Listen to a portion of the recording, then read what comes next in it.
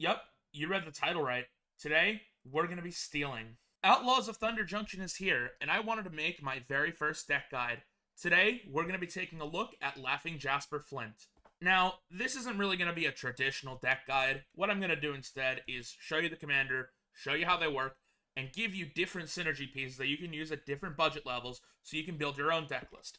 However, an example deck list will be provided in the description. Let's get this started by describing what Jasper Flint is. They are a 3 mana cost 4/3 commander with creatures you control but don't own are mercenaries in addition to their other types. And additionally, at the beginning of your upkeep, exile the top X cards of target opponent's library, where X is the number of outlaws you control. Until end of turn, you may cast spells from among those cards, and mana of any type can be spent to cast these spells. So essentially, every turn, you're going to be stealing cards from your opponents, and you're going to be able to play those. And in addition, any creatures you play are also mercenaries, which are considered outlaws. Outlaws is a new grouping of creature types in Outlaws of Thunder Junction. A card, spell, or permanent is an outlaw if it is an assassin, mercenary, pirate, rogue, or warlock. This first section here is going to be cheap synergy pieces. I consider anything under $1 cheap. So, first off, we have Breach's Eager Pillager. It has first strike. It's a 3 mana cost 3/3. Whenever a pirate you control attacks, choose one that hasn't been chosen this turn. Create a treasure token. Target creature can't block. Exile top card of your library. You may play it this turn. Now, I selected this because you can create treasures with it. Gives you mana. You cast the spells you stole. And it's a pirate, so it adds more. Additionally, you can get stuff like Greedy Freebooter to create more treasures.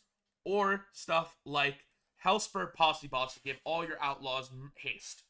This is good, because now you can use them faster. And whenever Hellspur Posse Boss enters the battlefield, you get 2 red mercenary creature tokens, which just increases your mercenary count. You can check the description for the deck guide so you can see some of the other cheat pieces I have in here.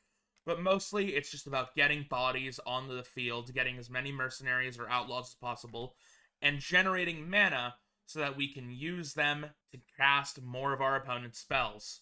Next, we're going to get to the mid-tier of cards in terms of price. I consider mid-tier anything between $1 and $10. This is where we're going to get some more expensive pieces, some removal, just some stuff to make life better. We can get stuff like Palace Siege, where you can return target creature card from your graveyard to your hand every turn. That way you can keep up your outlaws even if they get killed. You can get stuff like Fevered Suspicion as a finisher. Each opponent exiles cards from the top of their library until they exile a non-land card. You can cast any number of those for free, and it has rebound. It's like a Tali, but better. Additionally, this mid-tier of budget will have better removal cards like Vandal Blast, Chaos Warp, and Blasphemous Act. Additionally, we can get some really nice commander staples like Soul Ring, Mind Stone, all of that stuff.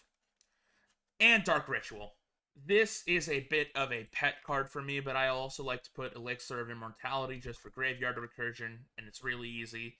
You can also get more protection pieces like Swiftfoot Boots, Whisper Silk Cloak, and finally, you can get some of the new spree cards like Insatiable Avarice or Great Train Heist. Now we get to the big boy cards. I consider anything above $10 to be expensive, and here it's just going to be stuff to make our game plan even better.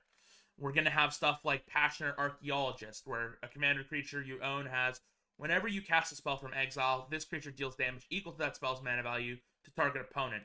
Whenever you steal a card, you're going to be casting it from exile, so you're just going to be pinging people more and more. And because it's a target, it's also considered a crime for the new crime stuff in Outlaws Thunder Junction. You're also going to get some new expensive cards like Tiny Bones the Pickpocket. And in my opinion, one of the most essential things for this deck, you could put this as the commander. It's interchangeable with Jasper Flint, in my opinion. Prosper Tomebound. Prosper lets you exile a top card of your library at the beginning of your end step. Until the end of your next turn, you can play that card. But the key thing is, whenever you play a card from exile, you create a treasure token. So not only are we stealing our opponent's cards, we're getting a tax refund for playing them. Additionally, the most expensive card in the deck is in this set tier, Ragavan Nimble Pilferer. Whenever it deals combat damage, you create a treasure, and you exile a top card of a player's library. Until end of turn, you can cast that card. And finally, you also have a stacks piece like Opposition Agent, and a card like Praetor's Grasp, where you can just take your card from an opponent. It's just stealing, but better. Anyway, with all of this combined, in my opinion, this is a fun deck. You just steal your opponent's win conditions. You don't need one. I've played it in my test games. I've gone to the point where I'm stealing 10 plus cards a turn. It is insanely fun. I'd recommend giving this a try, whether it's on a virtual tabletop or putting this deck together in real life. And if you do, be sure to ping me on Twitter. With all that being said, I hope you enjoyed this very jank deck tech. If you enjoyed it, be sure to give a like and subscribe, and maybe share this to a friend who likes stealing.